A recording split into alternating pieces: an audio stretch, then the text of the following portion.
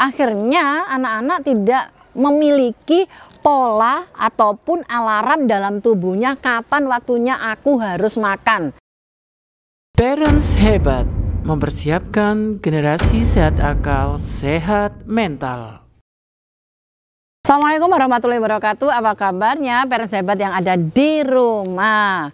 Yang masih suka marah-marah kalau anaknya nggak makan, jengkel anaknya nggak makan, cari trik, teknik dan sebagainya. Ada nggak yang ada di rumah? Kalau ada segera tulis di kolom komentar ya Mams, ya Bun. Tapi pernah nggak sih Bunda, ayah Bunda yang ada di rumah nyadar nih bahwa sebetulnya itu kesalahan orang tua sendiri loh. Itu kesalahan mama dan mamanya sendiri. Kok mama terus ya? Harusnya ayahnya juga ya. Karena yang di rumah banyaknya adanya hanya mama ya. Mams atau orang tua itu kesalahan orang tua sendiri. Kok bisa kesalahan kita? Mau nih kita introspeksi bareng-bareng nih apa kesalahan orang tua.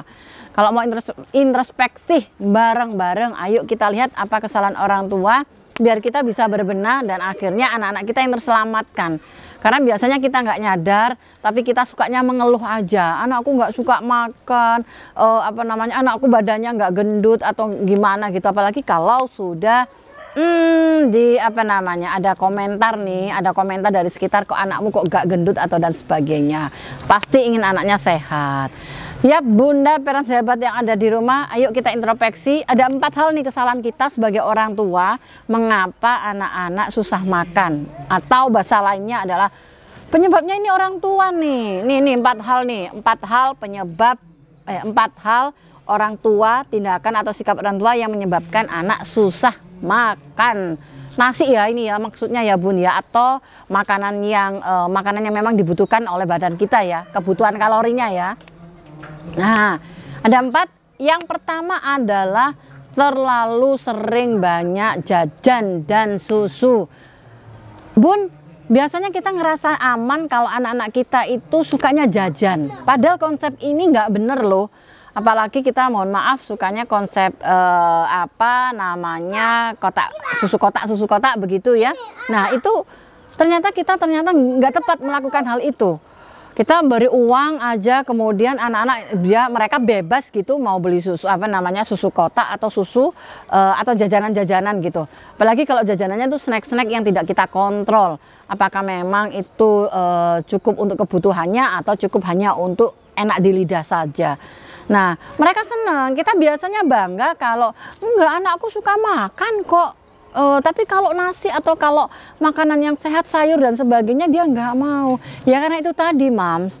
Karena mama sudah terbiasa tanpa batasan membiarkan mereka jajan dan minum susu. Yang pada akhirnya untuk makanan-makanan berat yang seharusnya mereka konsumsi, mereka nggak dapet itu. Nomor 2, tidak adanya jadwal makan yang tepat. Biasanya anak-anak ketika minta makan kita langsung berikan makan. Nah, pada dasarnya orang tua harus membuatkan jadwalnya. Jam berapa makan pagi, jam berapa makan siang, jam berapa makan malam. Yang ketiga, orang tua membiarkan anaknya untuk makan tidak sambil duduk, tapi sambil melakukan aktivitas yang lainnya.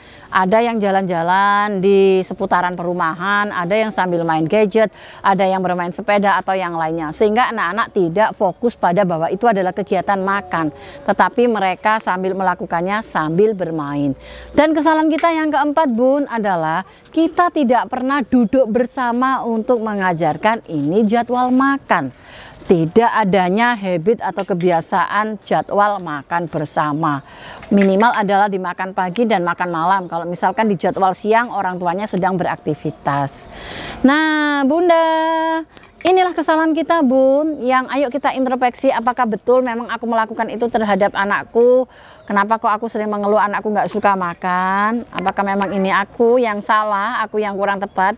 Mari ya Bun, kita dengan berbesar hati melihat apa kekurangan kita. Semoga yang menjadi korban bukan anak-anak kita lagi.